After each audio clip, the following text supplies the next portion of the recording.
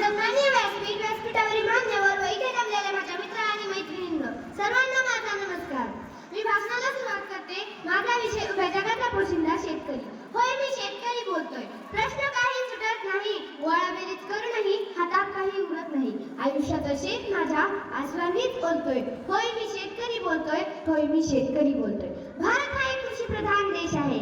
शेतकरी हा उभ्या जगाचा पोशिंदा आहे. पण या जगाच्या पोशिंद्याचा फक्त आणि फक्त फायदाच घेतला जातो. सगळ्या जगाचा गाभारा प्रतिष्ठित करण्याचा मार्ग आहे शेतकरी.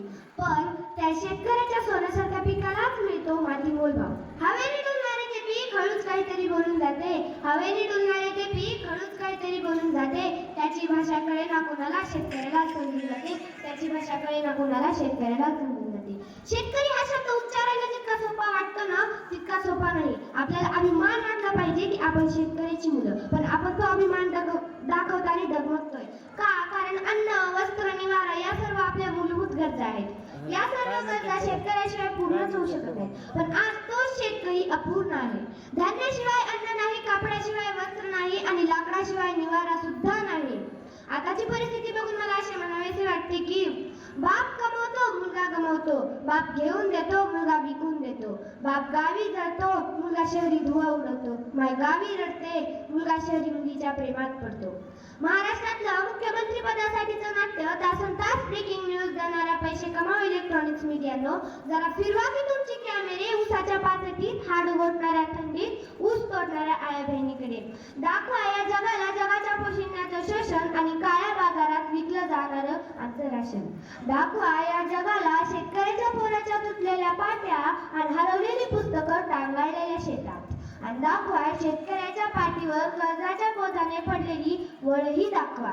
ना बिर्ला ना बाटा, ना बाटा ना टाटा, ना बिर्ला ना बाटा, ना बाटा ना टाटा. आणि खऱ्या अर्थाने शेतकरी हाच समाजाचा बायोडाटा. खऱ्या अर्थाने शेतकरी हाच समाजाचा बायोडाटा.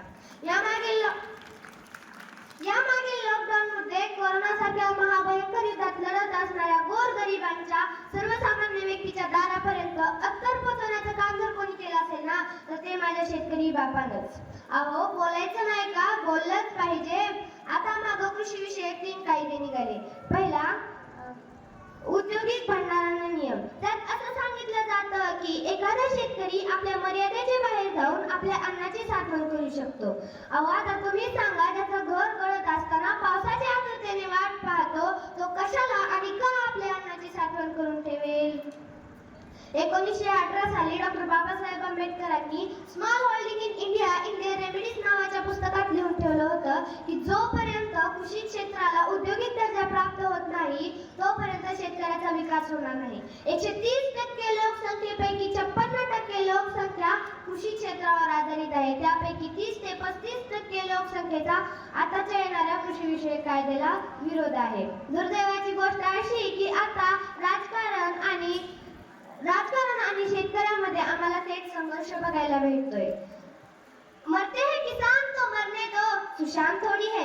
मरते हैं किसान तो मरने दो, सुशांत थोड़ी है. उजड़ती है खेत कलियां, उजड़ने दो कंगना का मकान थोड़ी है. उजड़ती है खेत कलियां, उजड़ने दो कंगना का मकान थोड़ी है. पगारवाढ होऊनही लोक नाराज दिसतात.